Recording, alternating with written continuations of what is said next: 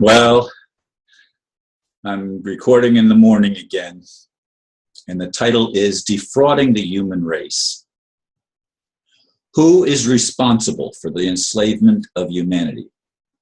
This question keeps coming up for many. Of course, the problem goes back long before any of us were born.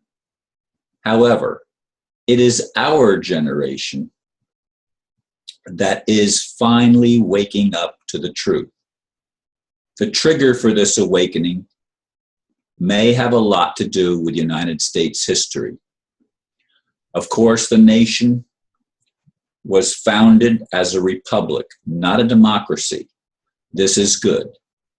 One thing that was established in our law goes back to the Magna Carta. There is no statute of limitations on fraud.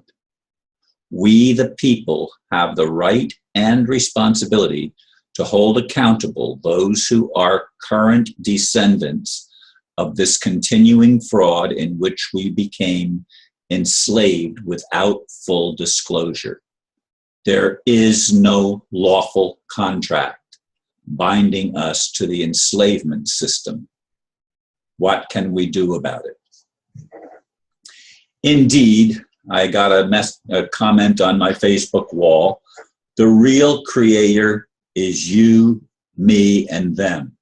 We all allowed this. We all perpetuated this. We all have been brainwashed by this.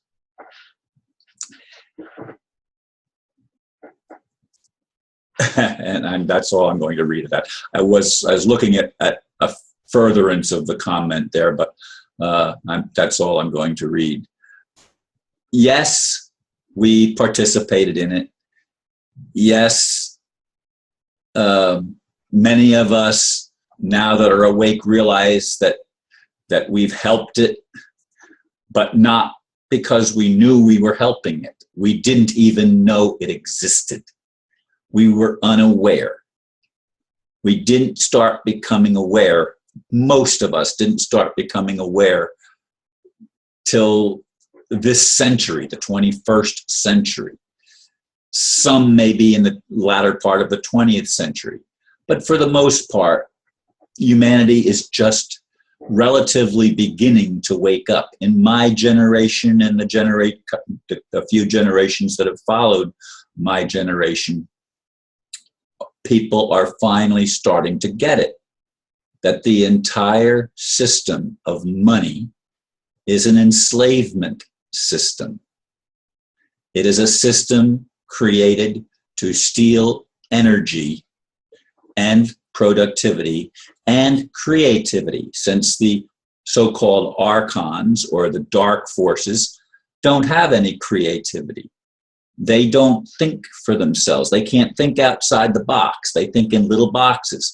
They need our creativity, our input, in order to expand and use what we've created for themselves and not allow us, for the most part, to be beneficiaries of it.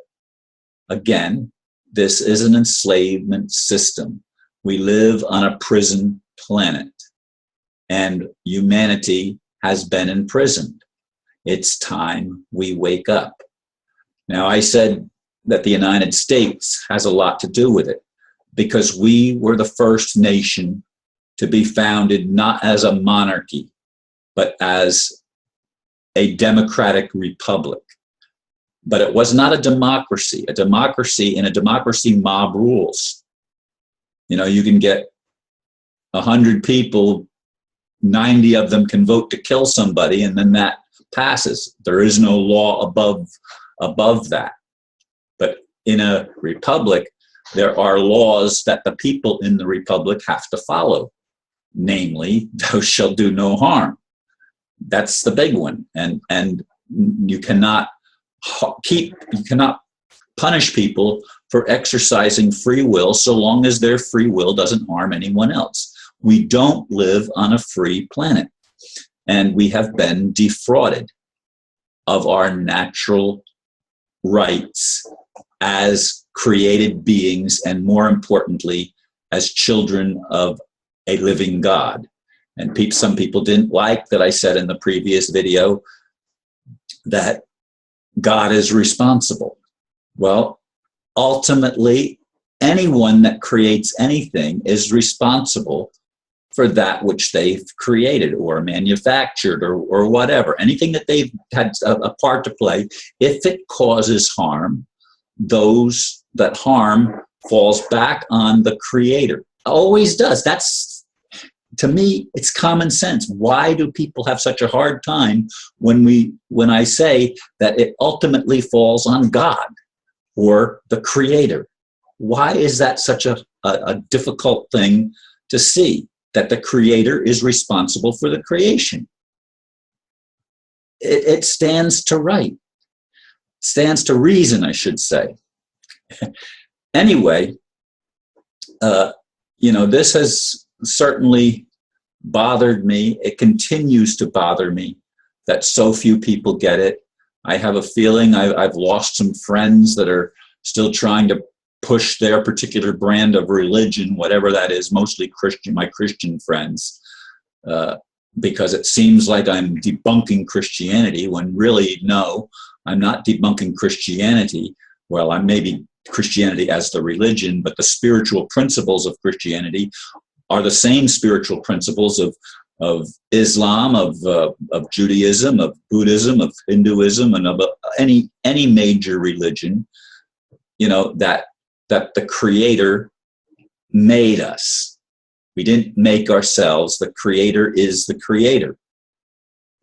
But in our world, in our past millennia, we have been controlled.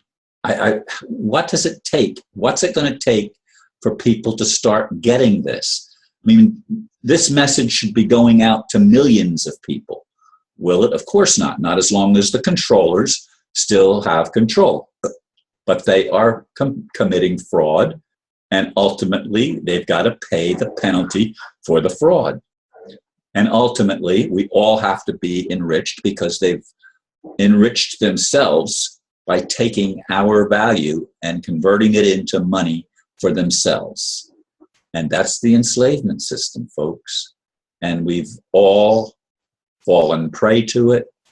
And it's time that we recognize that they don't have a lawful contract, because in order for a contract to be binding, all of the terms and conditions have to be clear to the participants in the contract.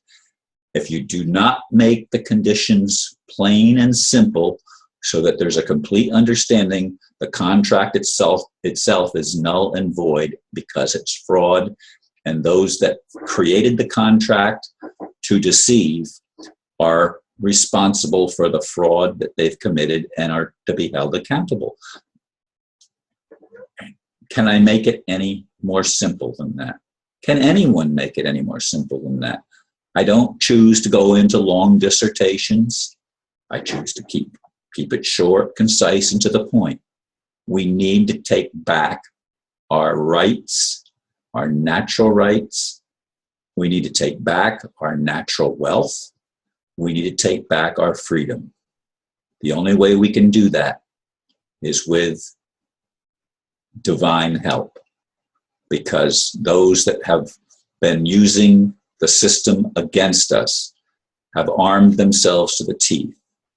And in order to disarm them, we're going to need some type of ability to create miracles and to disarm those that are perpetuating the crimes against humanity, which are so prevalent and so obvious to all of us who pay attention and are looking just at the news. Please consider what I'm saying, please.